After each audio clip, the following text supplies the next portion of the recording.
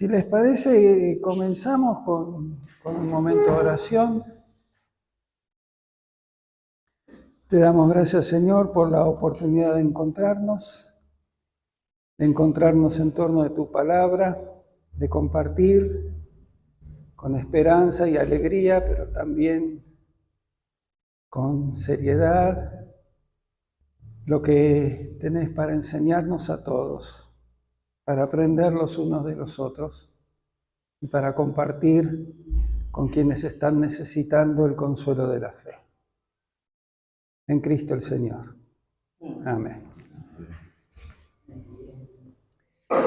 Bien, estas dos reuniones que vamos a tener, vamos a ver muy apretadamente, porque los tiempos no dan para más, la evolución de la liturgia y de los modos de celebración cristianos, dividiéndolo en dos partes. Una, los primeros tiempos. Hoy vamos a ver más o menos hasta el 115, 120, y alguna nota final sobre cómo evolucionó a partir de ahí. Y el próximo encuentro, el 17, ahí vamos a ver, más vale, cómo la oficialización del cristianismo a partir de Constantino modificó sustancialmente la comprensión de la liturgia. Así que el culto que hoy tenemos y el vocabulario que hoy tenemos para el culto viene mucho más de las modificaciones posteriores que de los propios orígenes cristianos. Y esta es una de las cuestiones que yo quiero destacar, cómo la comprensión imperial y la estructura jerárquica del imperio terminaron imponiéndose en el culto cristiano, ¿no? Porque me parece que ahí entra una contradicción muy fuerte entre el culto y el mensaje, ¿no? Por eso esto tiene una cuestión teológica también.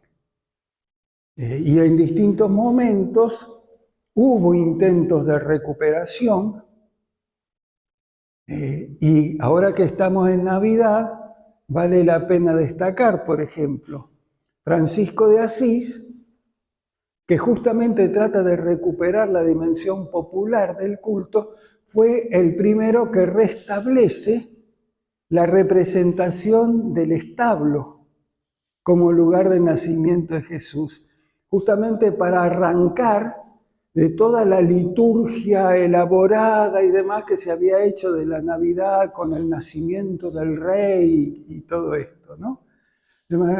Para mostrar cómo a lo largo de la historia, no es el tema de hoy, pero como para introducirlo, se fueron modificando y que hubo intentos en un sentido y en otro de la transmisión.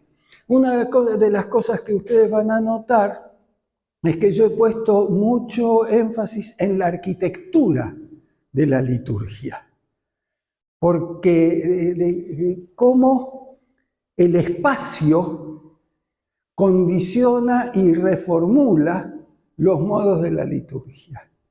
Los seres humanos somos seres materiales que vivimos en el espacio, y el lugar que ocupamos o cómo se distribuyen los espacios han sido fundamentales en la construcción litúrgica. Por eso hoy vamos a ver mucho de la relación entre liturgia y espacio. De hecho, la palabra liturgia en sí misma significa la obra, lo que se hace. Y el liturgos, en griego, palabra que no aparece en la Biblia, que no aparece en el Nuevo Testamento, el liturgos era un esclavo encargado de supervisar las obras que se hacían. Generalmente algún esclavo de la ciudad, una especie de administrador de las obras, ¿no? Que se lo llamaba justamente liturgos. y la liturgia era la obra pública. Bien, entonces empezamos. Celebraciones cristianas en los primeros siglos. Eso es nada más que el título.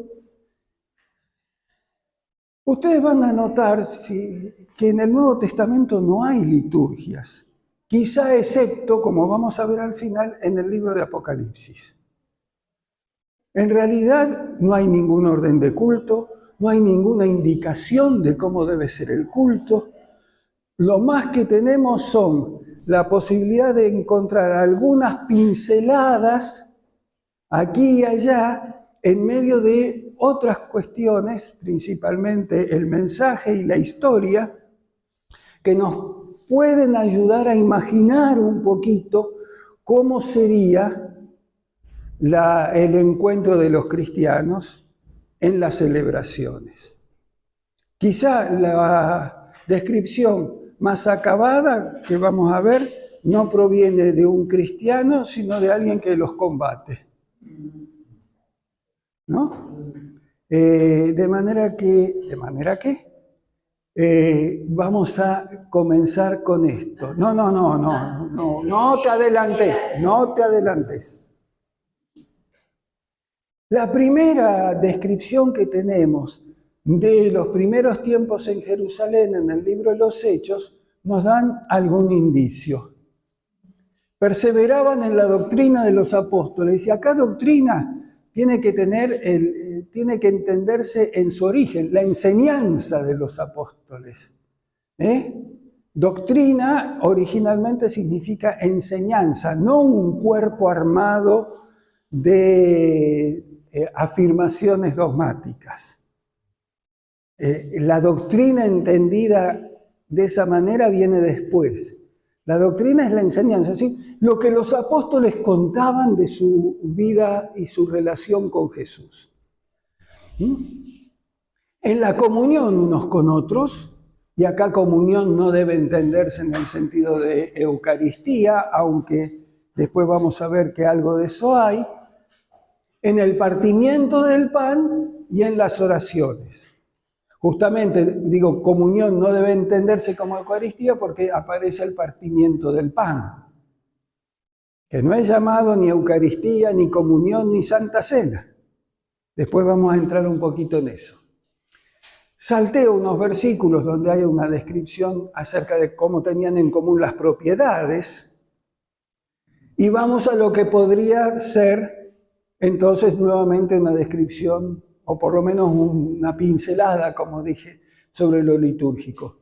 Perseveraban unánimes cada día en el templo, pero no era el templo cristiano, era el templo de Jerusalén, donde iban a predicar y a dar testimonio.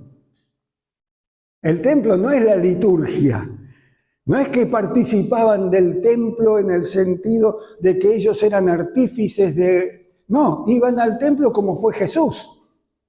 O como fue Pedro. Tenemos la descripción de Pedro y Juan en el templo, ¿qué es lo que van a hacer? A predicar y a hacer curaciones. Pero el culto, lo que nosotros llamamos el culto, era partiendo el pan en las casas, comían juntos con alegría y sencillez de corazón. De manera que lo que nosotros llamamos culto era en realidad estas reuniones donde se juntaban los creyentes en las casas, compartían la enseñanza de los apóstoles y el pan y las oraciones. Ahora, para que tengamos una visión un poco mejor, ahora sí, vamos a ver lo que eran las casas en Jerusalén. Porque no nos hagamos ilusión de que había muchas posibilidades de grandes reuniones acá. Como pueden ver, lo que tenemos es un patio central, un par de habitaciones a los costados, un depósito y el aposento alto. El famoso aposento alto, que no venía todos los meses, es eso. Era una especie de construcción sobre el depósito y era el lugar de reunión porque cuando no se hacía en el patio, porque era donde llegaba más luz y más aire. Fíjense que esto, los dormitorios y el depósito, no tienen mucha luz. Son construcciones en piedra y a lo sumo con algún ventanuco bastante chico. ¿Tenía techo? Sí, techo tenía. Todo esto tenía techos. Después vamos a ver cómo eran los techos. No traje la foto de los techos, pero los techos eran básicamente algunas vigas recubiertas de cañas y con barro aplastado arriba para hacerlo impermeable. ¿No? Cuando el episodio que narra Lucas, de que llevan a un paralítico y lo bajan, por eso le rompieron el techo al pobre tipo. Entonces, en las casas perseveraban como partiendo el pan en el aposento alto, porque era el único lugar donde se podía hacer, donde normalmente estaba la mesa, donde normalmente se comía. Compartían la enseñanza de los apóstoles y hacían oraciones. Y esto era la liturgia. Lo otro era el testimonio público en el templo. Es decir, donde se juntaban los cristianos en gran cantidad, y en gran cantidad era en una población regular de Jerusalén de 50.000 personas, dice, se añadieron 3.000 de un día. Seguía siendo menos del 10%. ¿No es cierto? Entonces, el único lugar grande donde medianamente podían estar juntos era la explanada del templo. Y después, en las casas, de a grupitos, por familias, con algunos que se agregaban de cada vecindario, se iba haciendo esta celebración totalmente elemental alrededor de la mesa donde se compartía el pan. Y esto va a ser uno de los elementos que después voy a destacar, me adelanto, como para estimularlos, lo que significó la transformación de la mesa en altar.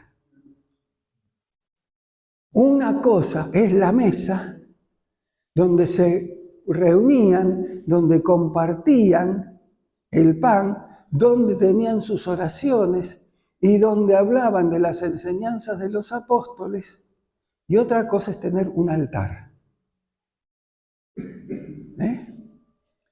Bien, pasamos la siguiente. En Galilea no había tal cosa, porque Galilea eran todos pueblos chicos. La única ciudad que había en Galilea, que era propiamente ciudad, era Tiberíades, que como el nombre lo indica, era una ciudad en honor del imperio de Tiberio. Y era la ciudad administrativa del imperio, donde efectivamente no tenemos ninguna idea de que hubiera mucha presencia cristiana allí. La otra ciudad que estaba dentro de Galilea, medianamente significativa como ciudad, era Séforis. Séforis ni siquiera es nombrada en los evangelios. Estamos hablando de qué cantidad, más o menos. Y entre alrededor de 20.000 para arriba, entre 20 y 30.000 habitantes. Cafarnaúm, que a veces es nombrada como ciudad, en realidad no era una ciudad, era una aldea grande. En la antigüedad era muy clara la diferencia entre ciudad y aldea, porque la ciudad estaba amurallada y tenía puertas. Entonces uno entraba a la ciudad. La aldea era simplemente una acumulación de casas en torno de algún centro donde no había una definición clara y donde simplemente el camino aldeano, el sendero aldeano se transformaba en calle y después seguía como sendero, o terminaba ahí según el caso, ¿no? Entonces, hablar de Galilea es hablar de cristianos fuera de la ciudad. Y aquí también puse el ejemplo de cómo era la casa aldeana. Aquí también tenemos una habitación con ventanas, que sería el lugar del dormitorio y demás, depósito y un aposento arriba, mucho más chico que el que había en las ciudades. La vida se desarrollaba fuera de la casa. En la casa solamente era para dormir, eventualmente para comer, ¿no es cierto? O para refugiarse cuando hacía mucho frío o había tormenta o cosas así. De hecho, por ejemplo, no había mesa. Se comía en el piso. Claro, no había mesas en esa época en ningún parte. En el ámbito rural no había mesas. Lo que había eran algunos asientos que se colgaban del techo o se colgaban del techo a la noche los asientos y se bajaban las esteras y durante el día se subían las esteras y se bajaban los asientos en esa única habitación. El templo, lo que podemos llamar templo, uso mal la palabra templo, el lugar de reunión más antiguo que conocemos con símbolos cristianos, no ocurre en el territorio de Israel, sino en Dura-Europos, que está en la zona de lo que actualmente es Irak. ¿Y qué es lo que descubrimos ahí? Que la pared intermedia entre el depósito y la habitación fue tirada para hacer el lugar de reunión más grande y quedaron unos bancos de madera a los costados, como formando un círculo, ¿no? Y algún símbolo cristiano, básicamente el pez y algún dibujo de un cordero. Todo esto fue descubierto por una investigación de la Universidad de Yale. Y es finales del siglo segundo, principios del siglo tercero, es decir, bastante posterior. Lo cual nos da una indicación interesante porque significa cómo se seguía manteniendo ese culto en las casas, ¿no es cierto?, hasta finales del siglo segundo. ¿Sí? ¿Dónde estaba la reunión? Entonces, principalmente al aire libre. En alguna plaza de la aldea. Normalmente las aldeas tenían una plaza, que era donde se reunía la sinagoga. La sinagoga, yo lo expliqué ya la vez pasada, no era un edificio, era la reunión, ¿no? De manera que se formaron, yo lo escribí en un artículo hace algunos años atrás, lo que podríamos llamar la sinagoga cristiana, en donde se reunía la sinagoga de la aldea y en cambio de leer la Torá, contaban las historias de Jesús. De ahí las recoge Lucas, Mateo, Marcos para ponerlas por escrito. ¿No es cierto? Entonces, esa que normalmente la estructura era bastante similar. Alguna oración. Lo que pasa es que ahí difícilmente hubiera la partición del pan. ¿sí? La doctrina de los apóstoles y las oraciones. Y después elementos que hacían a la vida común. ¿No? Es interesante cuando en un momento Jesús dice, ay de ti Corazín, ay de ti Betsaida, porque si en Sodoma se hubieran hecho los milagros ¿qué está diciendo? Aldeas que en algún momento recibieron el mensaje cristiano, pero no llegaron a conformar sinagogas cristianas. Se volvieron al judaísmo celote mayormente, y por eso después fueron destruidas. Cuando la guerra de los celotes, años 66 a 70. Entonces, como los evangelios son escritos después de eso, entonces dice, ve, si hubiera sido cristiana, no te hubiera pasado eso. Porque ¿qué hicieron las aldeas cristianas cuando vino la guerra? Dijeron, no, nosotros no somos celotes, no formamos parte de esto. Y para decirlo en términos teológicos, rajaron. No se mezclaron en la guerra, no se involucraron. Por eso es probable que el Evangelio de Mateo haya sido escrito en Siria. ¿Por qué? Porque las aldeas cristianas, ¿qué dijeron? No es nuestra guerra, nos vamos. Entonces, cuando escuchen que viene el fin, no entren a sus casas ni siquiera para buscar las cosas, huyan. Está contando qué es lo que pasó con esas aldeas. Entre tanto, el culto era esa especie de sinagoga donde probablemente se leyeran algunos de los salmos, especialmente aquellos que Jesús había recitado, se contaran los hechos maravillosos de Jesús y se hicieran algunas oraciones. Probablemente algún anciano presidía esto, pero la palabra era distribuida sin que hubiera alguien que dijera, esta es la forma de hacerlo. ¿Pasamos? Ahora el cristianismo no se quedó.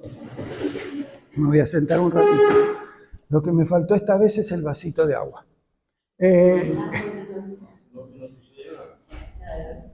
El cristianismo no se quedó en Galilea, no se quedó en Jerusalén, en Galilea, sino empezó a expandirse, especialmente a través de Pablo y sus colaboradores, pues siempre lo nombramos a Pablo y nos olvidamos de Timoteo, de Silas y de todos los otros sin los cuales Pablo hubiera podido hacer muy poca cosa, como él mismo lo reconoce.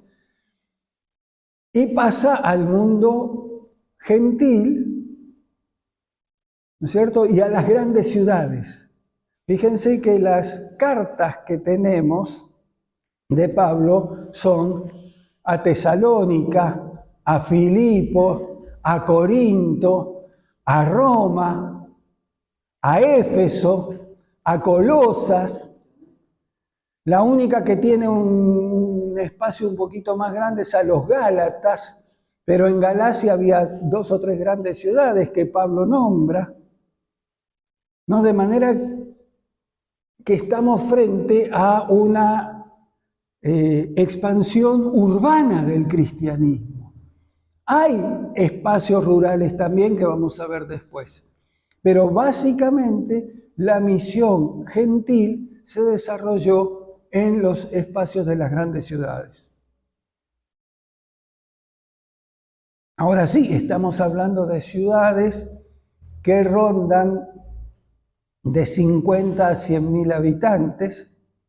Corinto podía llegar a tener bastante más y Roma más de 1 millón. También Alejandría, aunque no sabemos que en Alejandría hubo también desarrollo cristiano, pero no formaba parte de la misión paulina y no tenemos más registros que alguna mención ocasional a través del libro de los Hechos, cuando se menciona el nombre de Apolos. Aunque sí tenemos más información del judaísmo en Egipto, especialmente en Alejandría, a través de Filón. Ese reloj está parado, ¿no? Acá. 10:30. Bien.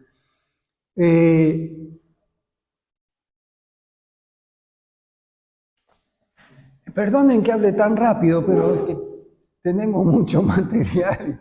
Pero si hay cualquier pregunta, duda, desacuerdo, insulto que tengan para brindar, por favor, me lo hacen saber. ¿Qué es lo que dice justamente? Vamos entonces las cartas a las ciudades. La palabra de Cristo habita en abundancia en vosotros. Enseñaos y exhortaos unos a otros con toda sabiduría. Fíjense la importancia de esto. No dicen, escuchen a sus pastores. O sea, por eso les decía, hablen ustedes si quieren. Dice, exhortar, enseñaos y exhortaos unos a otros con toda sabiduría.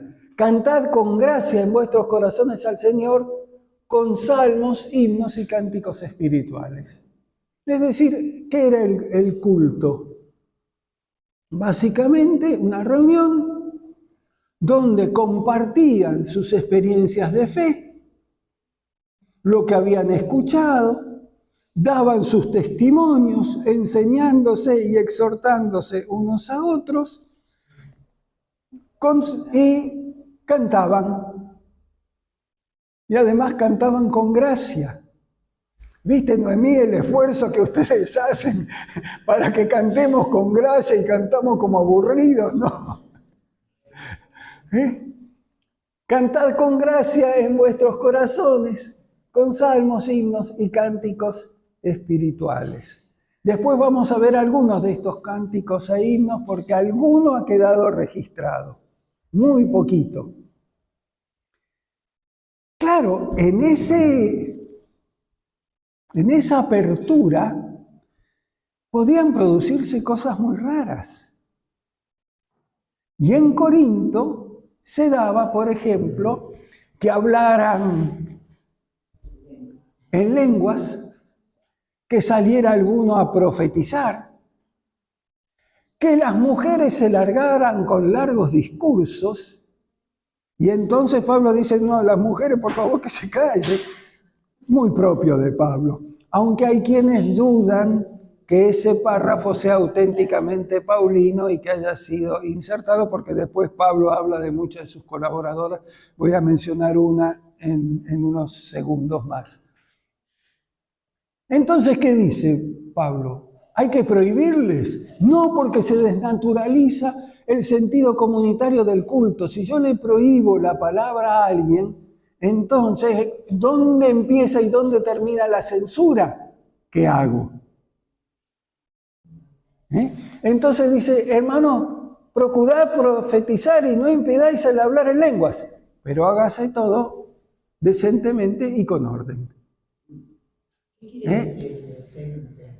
Decentemente significa que no se extralimiten en ciertas expresiones.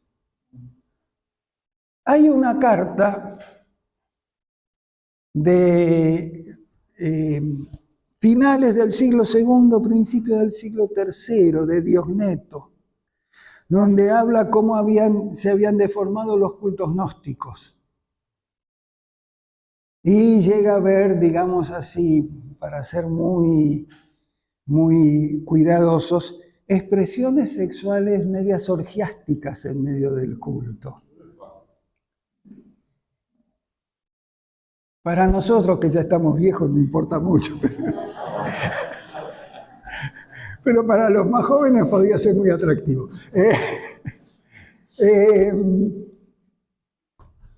Y entonces decentemente significaba eso. Por ejemplo, que las mujeres se soltaran el pelo y entraran en una especie de éxtasis, lo cual era muy común en los cultos mistéricos de la época, especialmente en el culto de Isis,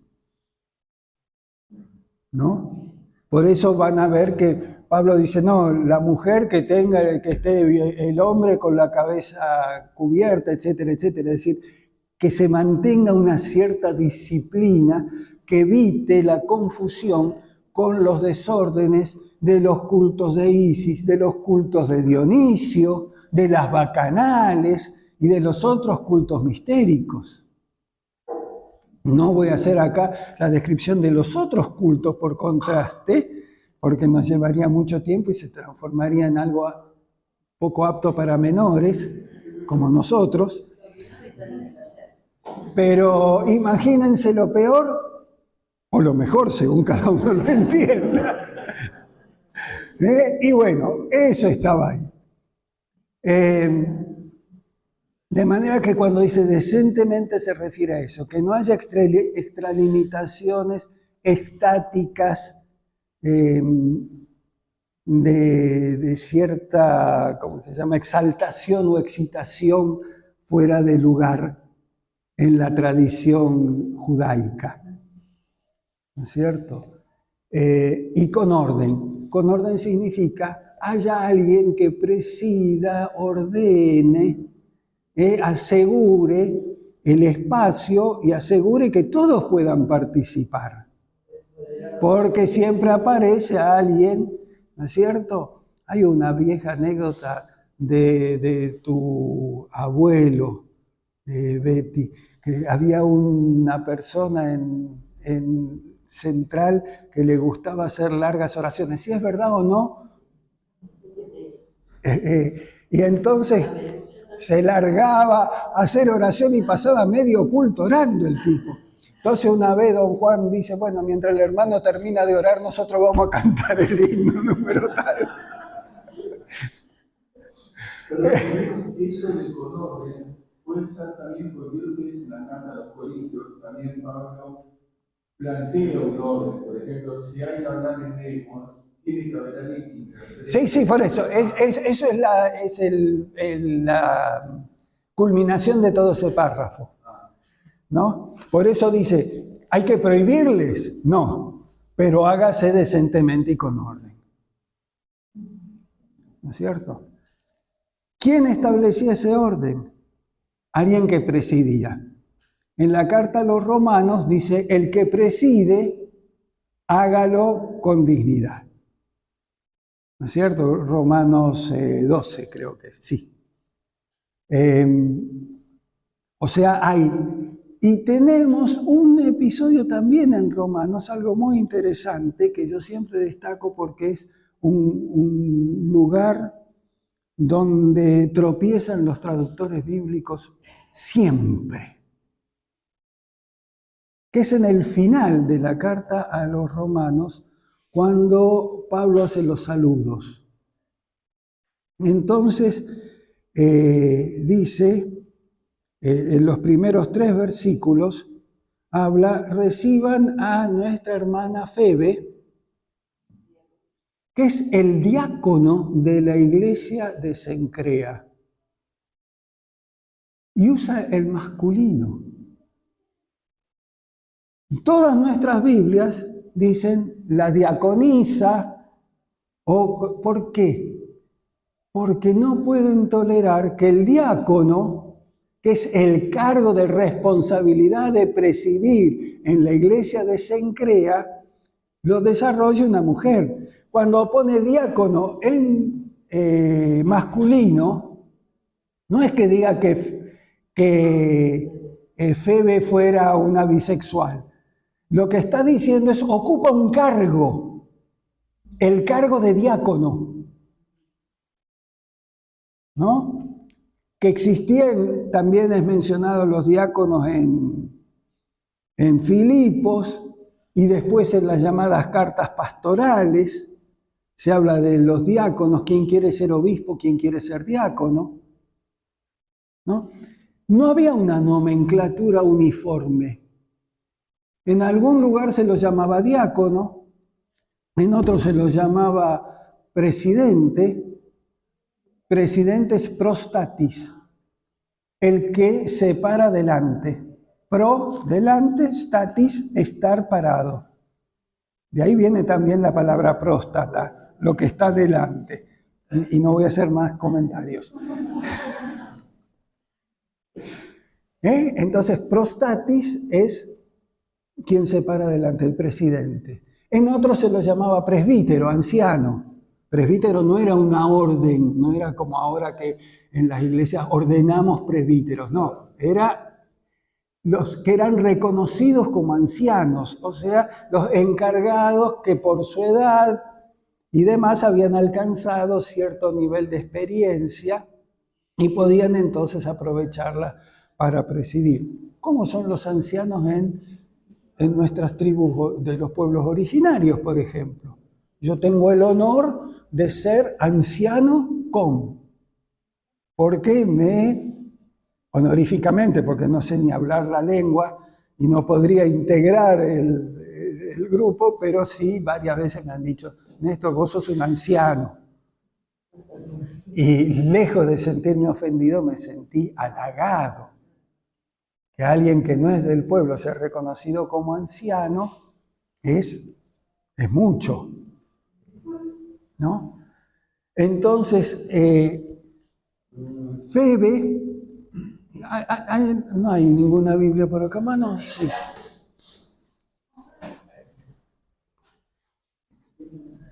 ¿Alguien que haya traído los lentes quiere leer Romanos 16 del 1 al 3? Así me baso en la escritura. Aunque ya dije, va a estar mal traducida la palabra diácono. Sí. Os recomiendo además nuestra hermana Febe, la cual es diaconisa de la iglesia de Cencrea, que la recibáis en el Señor como es digno de los santos, y que la ayudéis en cualquier cosa en que necesite de vosotros, porque ella ha ayudado a muchos y a mí mismo. Bien. Como dije, este es un lugar donde tropiezan todos los traductores.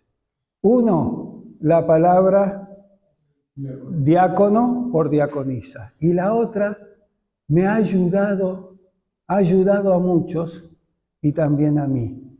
¿Qué palabra griega está en donde dice ayudado? No pretendo que usted... Es una pregunta retórica para contestármela yo mismo. No. Prostatis, presidente, porque ella ha presidido sobre muchos y sobre mí también. Cuando Pablo fue a visitar la iglesia de Cencrea, la que presidía era Febe. Y Pablo, que se integró y contó su historia allí, tuvo que aceptar que Febe fuera la que presidía. ¿Por qué se traduce ayudado o algunos traducen ha sido benefactora? Porque en las sociedades griegas y romanas, quien presidía tenía la responsabilidad de ayudar mediante beneficios o incluso dinero si algún miembro estaba en desgracia o en dificultad. Entonces, cuando uno lee en un diccionario griego las traducciones de prostatis, empieza ¿quién preside? Benefactor o ayudante. Entonces, ¿qué eligen? Eligen la segunda o la tercera acepción porque se resisten a pensar que una mujer sea diácono y sea la que preside, incluso estando Pablo allí. Por eso dice, recíbanla como alguien de entre los santos, porque tiene una función muy especial. Se piensa que Febe fue la portadora de la carta desde Corinto a Roma. Entonces, por eso recíbanla, porque es parte de... y hay otras mujeres que son señaladas entre los apóstoles, etcétera, etcétera. No.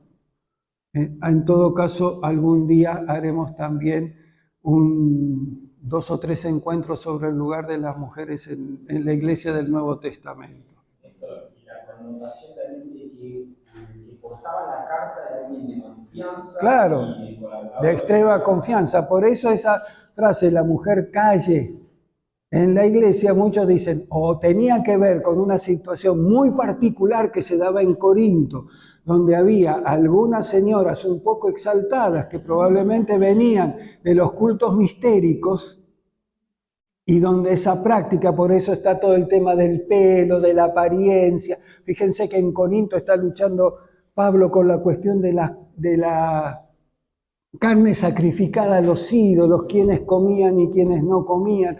Es decir, Corinto era una ciudad religiosamente muy compleja, porque era una ciudad portuaria de mucho tránsito y donde confluían, era una ciudad más cosmopolita que Roma en términos de su cultura. ¿No es cierto? Porque además era el lugar de encuentro de todo lo que venía de Asia y de todo lo que venía de Roma, ¿no? Era el puerto de intercambio. Es más, eran 2 puertos, Corinto y Cencrea, que entran en el istmo. Es una pequeña franja de tierra de unos 3 kilómetros, acá tengo profesora de geografía, que separa la parte sur de Grecia de la norte. Y el mar entra de ambos lados. Entonces, claro, al ser golfos tan profundos eran aguas serenas, muy aptas para puertos. Entonces, ¿qué había? Todo lo que venía de Asia entraba y paraba en el puerto de Cencrea, todo lo que iba para Roma y para el resto de Occidente paraba en el puerto de Corinto, y mediante carretas se transportaba, era más fácil transportar, ¿no es cierto?, la mercadería, o a veces incluso, si eran chicos, los propios barcos. Se los sacaba y con carretones tirados por bueyes se llevaba el barco al otro puerto.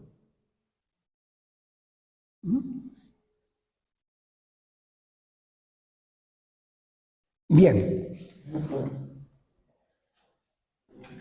Seguimos con los primeros tiempos en las ciudades, la iglesia en la casa, el taller como lugar de reunión. Acá vamos a Tesalónica. Uy, me olvidé el cierre del paréntesis. ¿Os acordáis, hermanos, de nuestro trabajo y fatiga? ¿Cómo? Trabajando de noche y de día para no ser gravoso ninguno de vosotros, os predicamos el Evangelio de Dios. ¿En dónde predica Pablo? En el taller, mientras trabaja. Aquí les puse la imagen de cómo sería, esto es una reconstrucción, de cómo sería un taller. En este caso es de alfarería, porque no conseguí uno de elaboración de carpas, que era el oficio de Pablo. Pero el esquema era el mismo. Un lugar a la calle, donde se veía el trabajo, y detrás o arriba, en un entrepiso, depósito y otros lugares de trabajo. De manera que lo que es más probable es que Pablo trabajara en esta zona mientras predicara.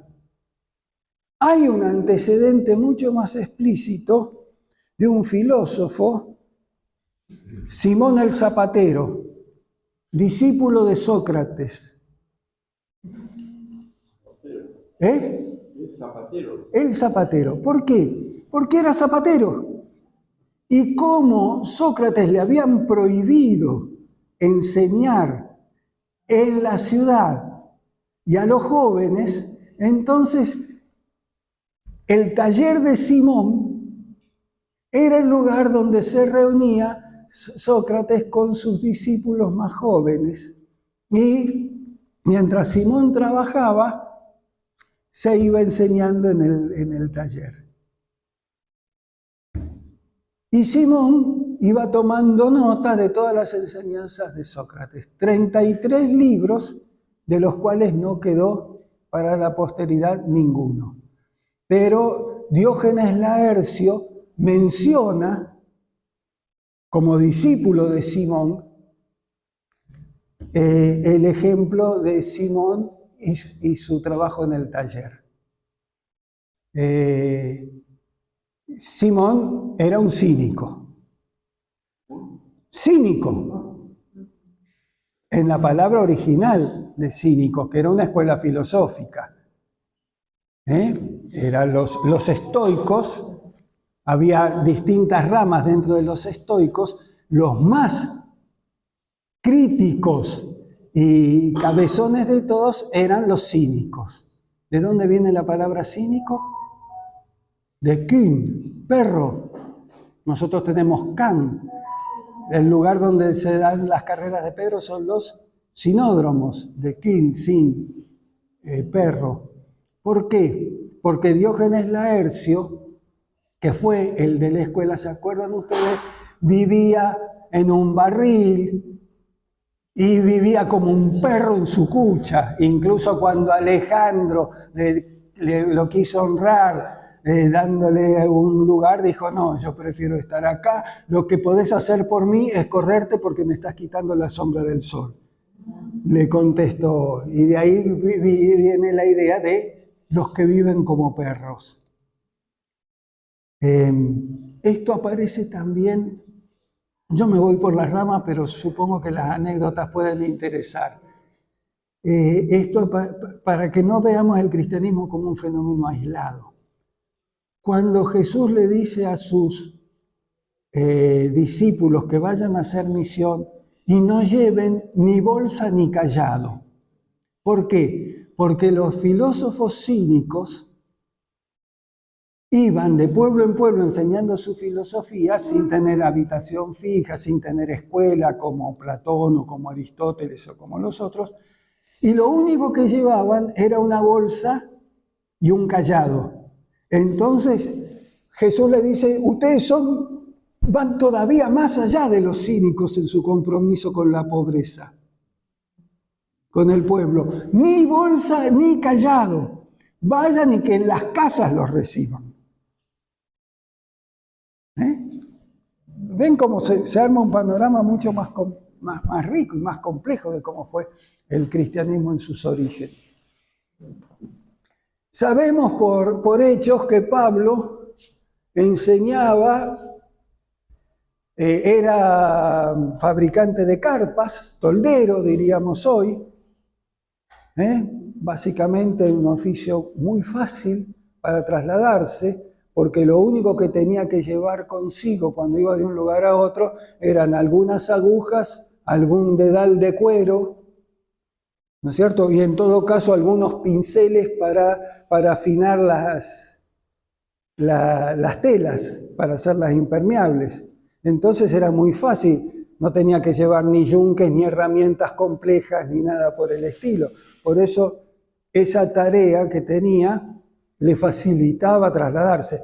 Le facilitaba trasladarse también porque un toldero, entre otras cosas que hacía, era arreglar las velas de los barcos. Por su habilidad para manejarse con lonas, con costuras y demás. Entonces era relativamente, ven que Pablo siempre se mueve en barco.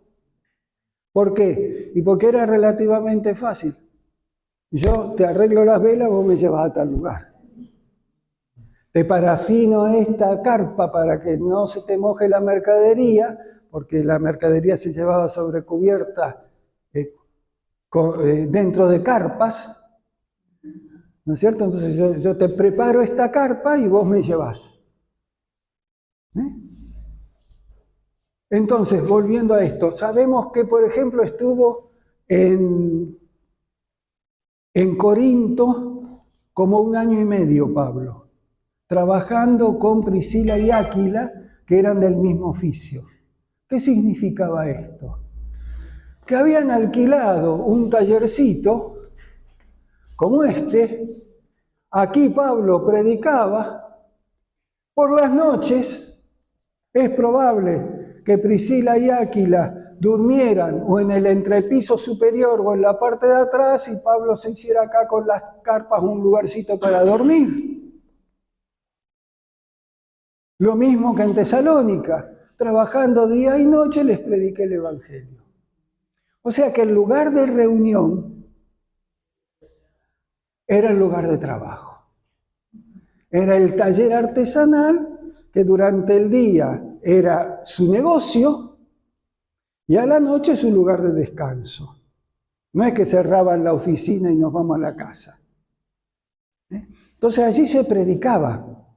Y es probable que al caer la noche compartieran el pan con los que estaban allí, hicieran algunas oraciones y demás. Pasamos a la siguiente. Sí había en las casas. Saludar a los hermanos que están en la Odisea, a Ninfa y a la iglesia que está en su casa. Pongo una. ¿En dónde está la iglesia?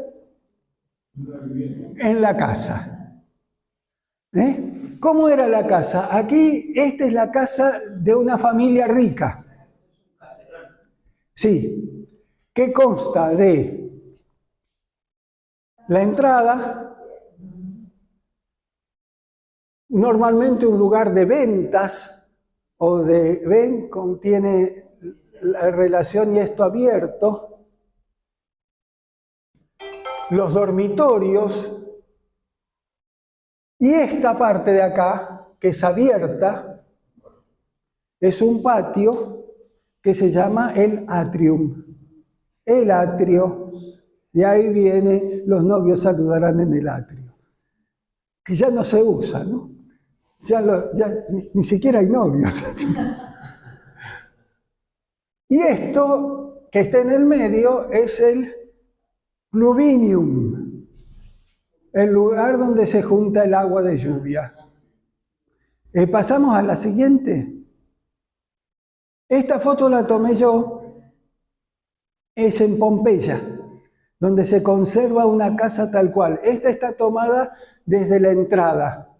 Y acá pueden ver el atrio y el pluvinium. Incluso acá si ven una manchita negra, es el caño que baja de los techos. Y si ustedes se fijan con cuidado, ven que acá hay un declive. De manera que el agua que caía en los techos o el agua que caía en el patio se juntaba en este pozo, una especie de aljibe. En este caso estaba abierto, en otros tenía como una especie de cobertura. Y atrás se ve, si podemos volver atrás, al anterior, se ve la parte que está de atrás para acá. La mayoría de las casas no eran tan grandes. Esta es una casa rica que después se transforma en palacio. La mayoría de las casas terminaban acá, en esta línea, de ahí. Entonces lo que quedaba era el lugar de habitación de los esclavos y los talleres, llamados ergástolo en griego, u officium, officine en latín, porque era el lugar donde se desarrollaba el oficio que tenían los esclavos, que después producían la mercadería que se vendía acá. ¿No? En algún momento, bueno, pero me voy mucho por las ramas. Estos se transformaban en prisiones también. ¿En qué? Prisión. Es probable que cuando Pablo fue preso en Filipos, estuviera preso en la casa del alguacil. Porque los militares retirados se les pagaba para que custodiaran a los presos. Y ahí, esta parte entonces se separaba esto con rejas. Por eso, cuando Pablo ve que el centurión se quiere suicidar, ¿se acuerdan? Sí. Cuando se enteró que los presos se habían escapado. Y entonces, ¿cómo lo puede ver Pablo? si estaba en una prisión que estaba lejos. Y dice que estaba con su familia, porque la familia, bueno. En otros lugares, aquí, había esclavitas que se dedicaban a otra cosa. Claro. Es más, en la casa que vimos antes, en Pompeya, que no lo traje para no escandalizar a nadie, había un fresco que parecía demostrar que las esclavas que estaban en esa casa cumplían otras funciones. ¿No? Pero eso nos llevaría nuevamente a todo el tema de las mujeres en el Nuevo Testamento. Porque ¿qué pasaba cuando una de estas esclavas se convertía? No podía dejar de ser esclava, ni podía dejar de prostituirse, porque sus patrones la usaban para eso. Ergo, ¿qué es lo que dice Pablo? Pablo no condena las prostitutas, condena a los clientes. Y encima le dice, esclavos obedezcan a sus amos. Claro. Bueno, vamos a... Sí, porque ya es la hora, como siempre me pasé. ¿Qué hacemos? Vamos a respetar los horarios de la iglesia. Pasa la siguiente. Los primeros tiempos en las ciudades. Bueno, 2 minutos para esto y después la vez siguiente completo lo que me faltó. Eso me pasa por irme por las ramas. Por eso digo, la primera descripción del culto que tenemos no proviene de un cristiano, sino de alguien que los perseguía. En este caso, Plinio, gobernador de Bitinia, que le escribe una carta a Trajano diciendo, ¿qué hago con estos cristianos? Los mato, los dejo vivir, entonces voy a averiguar qué es lo que hacen. Entonces dice, torturó a 2 esclavas mujeres para sacarles qué hacían. Aseguraban a sí mismos que toda su culpa, su error, no había sido más, según ellos, que haber tenido por costumbre reunirse un día señalado antes del amanecer, domingo. Cantar entre ellos de manera alterna en alabanza a Cristo, como si fuera un Dios, y comprometerse mediante juramento a no delinquir, a no robar, ni cometer pillajes, ni adulterios, a no faltar a su palabra, ni negarse a devolver un depósito cuando se les reclamara. O sea, era mantener la ética, cantar, hacer oraciones, ¿no es cierto? Y comprometerse a un determinado modo de vida. También decían que, una vez realizados estos ritos, tenían por costumbre separarse y reunirse de nuevo para tomar el alimento. O sea, a la noche, volver para compartir la cena. Totalmente corriente e inocuo. Acá se traduce corriente, pero en realidad es promiscua. ¿Por qué promiscua? Porque compartían la cena esclavos, hombres libres, varones, mujeres, para eso, gente de clase más acomodada, trabajadores humildes, para un romano eso era una promiscuidad total. No tenía nada que ver con lo sexual, tenía que ver con el hecho que se mezclaban, de ahí viene la palabra promiscuo, mezclado, ¿no es cierto?